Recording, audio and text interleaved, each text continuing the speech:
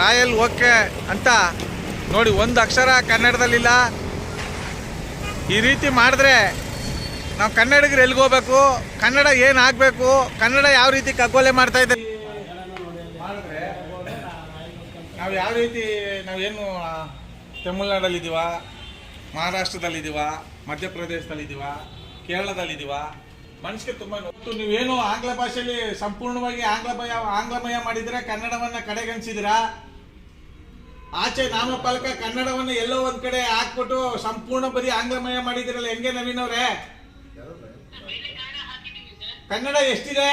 ಶೇಕಡ 70% ಕನ್ನಡ ಇರಬೇಕು, 30% ಆಂಗ್ಲ ಭಾಷೆ ಇರಬೇಕು. ನೀವು ಕನ್ನಡವನ್ನ ಬರೀ ಕೇವಲ 10-15% ಇದೆ, 10-15% ಇದೆ. ಶೇಕಡವರು 15-20% ಇದೆ ಕನ್ನಡ, 80% ಆಂಗ್ಲ ಭಾಷೆ ಇದೆ.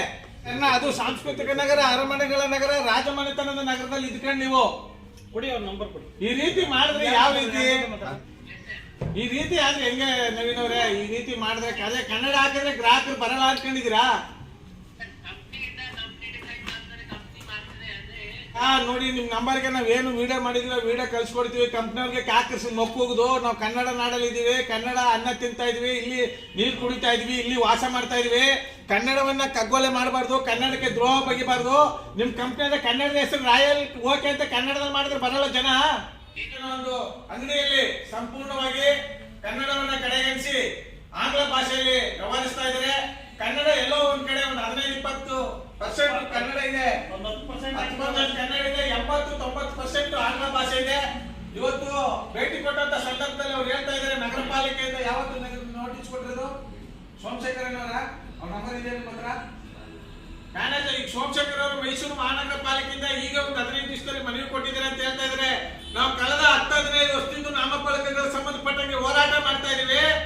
ಇವರು ಬೇಗ ಬಿಟ್ಟಿಯಾಗಿ ಕನ್ನಡ ನಾಮಫಲಕಗಳ ಬಗ್ಗೆ ಉಡಾಪೆ ವ್ಯವಹಾರಗಳು ಮಾಡ್ತಾ ಕನ್ನಡದ ಮೇಲೆ ಸಂಪೂರ್ಣ ಮನವರಿಕೆ ಇಲ್ಲ, ಕನ್ನಡದ ಮೇಲೆ ಅಭಿಮಾನನೇ ಇಲ್ಲ. ಇವತ್ತು ರಾಜಕಾರಣಿಗಳಿಗೆ, ಅಧಿಕಾರಿಗಳಿಗೆ ನಾವು ನಮ್ಮ ಸಮಯದ ವ್ಯರ್ಥ ಮಾಡಿ ನಮ್ಮ ಎನರ್ಜಿಯನ್ನು ಹಾಳು ಮಾಡ್ಕೊಂಡು ಇವತ್ತು ಬಂದು ಇವ್ರ ಹತ್ರ ಮಾತಾಡುವಂತ ನೋವು ನಮಗಿದೆ.